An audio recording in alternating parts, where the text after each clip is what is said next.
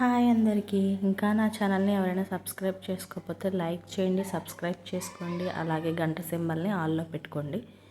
ఈరోజు ఈ వీడియోలో నేను చూపించబోతుంది వెజిటేబుల్ రైస్ అండి. వెజిటేబుల్ రైస్ అయితే పిల్లలకి లంచ్ బాక్స్లోకి అయితే చాలా బాగుంటుంది. పిల్లలు అన్నం తినను అని మారం చేసే వాళ్ళు కూడా ఇలా ఒకసారి చేసి పెట్టారంటే మెతుకు కూడా వెనక్కి తీసుకురారండి. ఇంకెందుకు ఆలస్యం, రెసిపీ ఎలా చేసుకోవాలో చూసేద్దామా. అలాగే వెజిటేబుల్ రైస్కి కావాల్సిన ఇంగ్రీడియంట్స్ కూడా చూపిస్తానండి.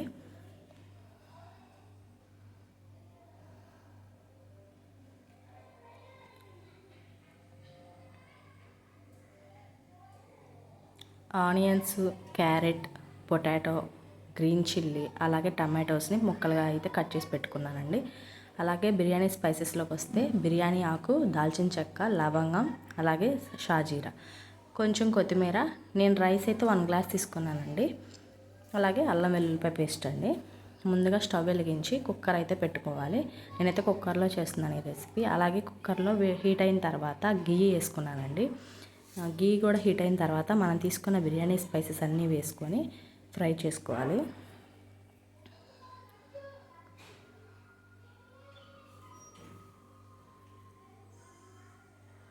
అలా ఫ్రై అయిన తర్వాత ముందుగా కట్ చేసి పెట్టుకున్న ఆనియన్స్ వేసి ఫ్రై చేసుకోవాలి. అలాగే మీ ఇంట్లో ఇంకేమైనా వెజిటేబుల్స్ ఉంటే అవి కూడా యాడ్ చేసుకోవచ్చండి.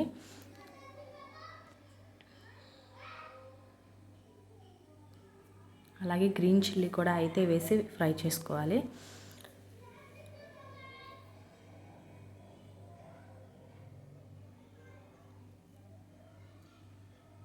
గ్రీన్ చిల్లీ కూడా ఫ్రై అయిన తర్వాత ముందుగా కట్ చేసి పెట్టుకున్న పొటాటోస్, అలాగే క్యారెట్ వేసి అయితే ఫ్రై చేసుకోవాలి.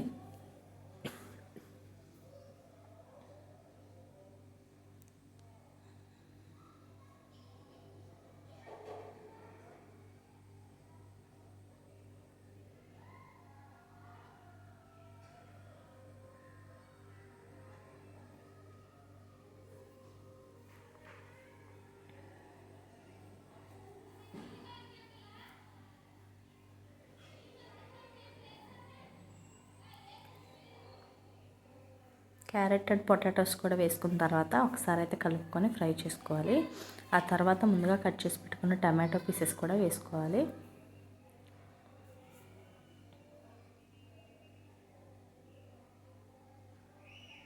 మనం వేసుకున్న వెజిటేబుల్స్ అనేవి బాగా కుక్ అవ్వాల్సిన అవసరం లేదండి, లైట్గా ఫ్రై అయినా సరిపోతుంది. అలా టమాటో పీసెస్ కూడా వేసుకొని కొంచెంసేపు మగ్గించుకున్న తర్వాత ముందుగా తీసుకున్న అల్లం వెల్లుల్లిపాయ పేస్ట్ అయితే వేసుకోవాలి. నేను అల్లం వెల్లుల్లిపాయ పేస్ట్ అనేది కొంచెం చేసుకొని నిల్వ ఉంచుకుంటానండి. అందుకే దానిలో పసుపు యాడ్ చేస్తాను కాబట్టి ఎల్లో కలర్లో ఉంది.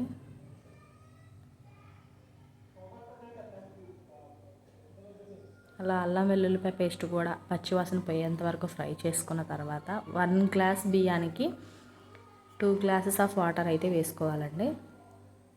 నేనైతే రైస్ అయితే ముందుగానే నానబెట్టేసి ఉంచుకున్నాను. వాటర్ వేసుకున్న తర్వాత రుచికి తగినంత సాల్ట్, అలాగే కొత్తిమీర కూడా వేసుకొని ఒకసారి కలుపుకోవాలండి.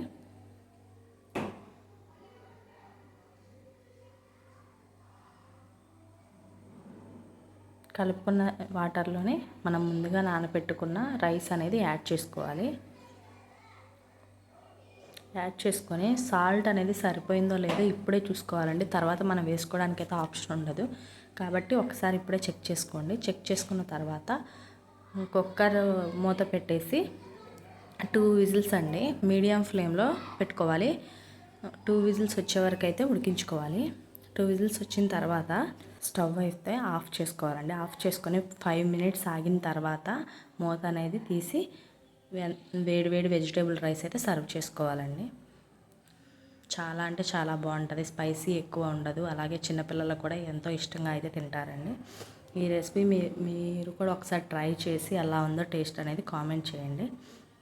ఈ రెసిపీ మీకు నచ్చినట్లయితే లైక్ చేయండి, షేర్ చేయండి, సబ్స్క్రైబ్ చేసుకోండి.